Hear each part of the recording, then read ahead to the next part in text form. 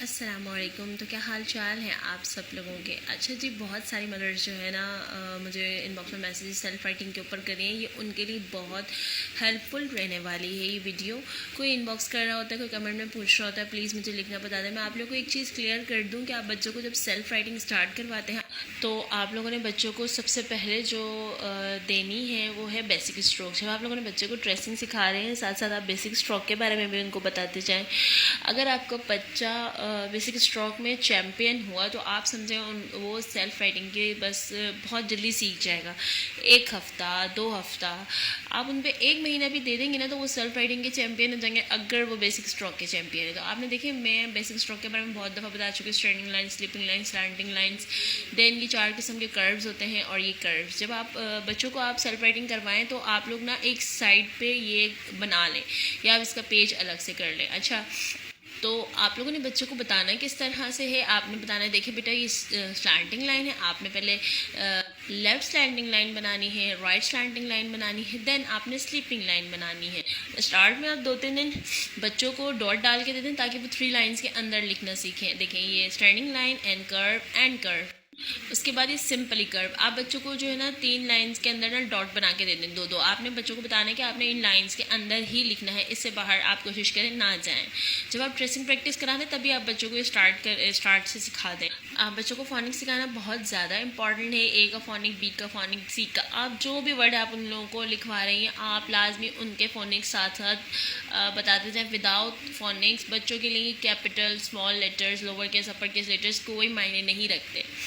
अच्छा जी, तो मैं आप लोगों को बता रही हूँ डी बनाना कैसे सिखाते हैं। मैं आप लोगों को सिर्फ 4 वर्ड आज बता रही हूँ, वीडियो बहुत ज़्यादा लंबी हो जाएगी, तब मैं एक्सप्लेन भी साथ साथ कर रही हूँ इसलिए। तो आप लोगों ने बच्चों को डी का बताना है, बेटा ये स्टैंडिंग लाइन एंड कर्व। अच्छा, आप बच्चों को ना 3 लाइन दे दें, 4 लाइन दे दें बनाकर, और साथ साथ हर लाइन में एक्सप्लेन करते जाएं। आप लोगों ने बच्चों के साथ बहुत पेशेंटली वर्क करना है, किसी चीज़ की जल्दबाजी नहीं करेंगे आप। 1 हफ़्ता लगता है, 2 हफ़्ते लगते हैं, 1 महीना भी लगता है तो कोई बात नहीं। 3 से 4 साल के बच्चों को ईज़िली ये लिखना आ जाता है।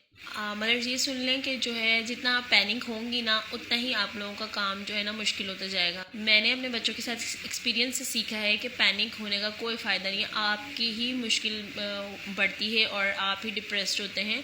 बच्चों का कुछ नहीं जा रहा होता, बल्कि हम डिप्रेशन बच्चों पर निकालते हैं। फिर वही डिप्रेशन बच्चा यार हमारा है, हमने उसके साथ पेशेंटली वर्क करना है। अगर हम ही पेशेंटली वर्क नहीं करेंगे तो फिर कोई फ़ायदा नहीं, आप किसी ट्यूटर के हवाले नहीं कर सकते बच्चों। Well, back to the point.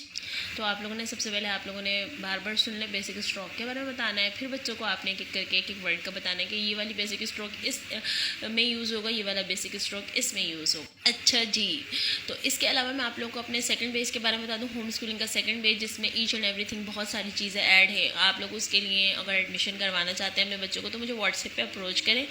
मैं आप लोगों को अपना नंबर बायो में दे चुकी हूँ, आप लोग वहाँ पर। और प्लीज़ प्लीज़ प्लीज़ सिर्फ सीरियस मदर ही मुझसे कॉन्टैक्ट करें। 1 घंटा दिमाग खा के फिर कहती है हमारा बच्चा हमसे पढ़ेगा नहीं। जब आपका बच्चा आपसे पढ़ेगा नहीं तो आप व्हाट्सएप पे क्या करने आ रही है मेरे पास। Well, back to the point. तो मैं आप लोगों से ये कह रही हूँ, जब आप लोगों ने बच्चों का एक स्टडी कॉर्नर सेट किया हुआ है या फिर आपने कोई स्टडी टेबल बच्चों की सेट हुई है तो आप उसके बराबर में एक इस तरह से बेसिक स्ट्रोक का चार्ट बना के रख दें, थोड़ा इंटरेस्टिंग सा, थोड़ा कलरफुल सा, ताकि बच्चे उसको देख के अट्रैक्ट भी हों और सीखें। अच्छा, आप लोगों ने ना बच्चों के साथ काम हमेशा ये करना है। अब आप ये लिख के दिखाएं मुझे। आप लिख सकते हैं? हाँ भाई, आप तो लिख सकते हैं या आप लिख सकती हैं। बच्चों को खुद एतमादी पैदा करें, इंशाल्लाह वो आपको काम ज़रूर करके देंगे।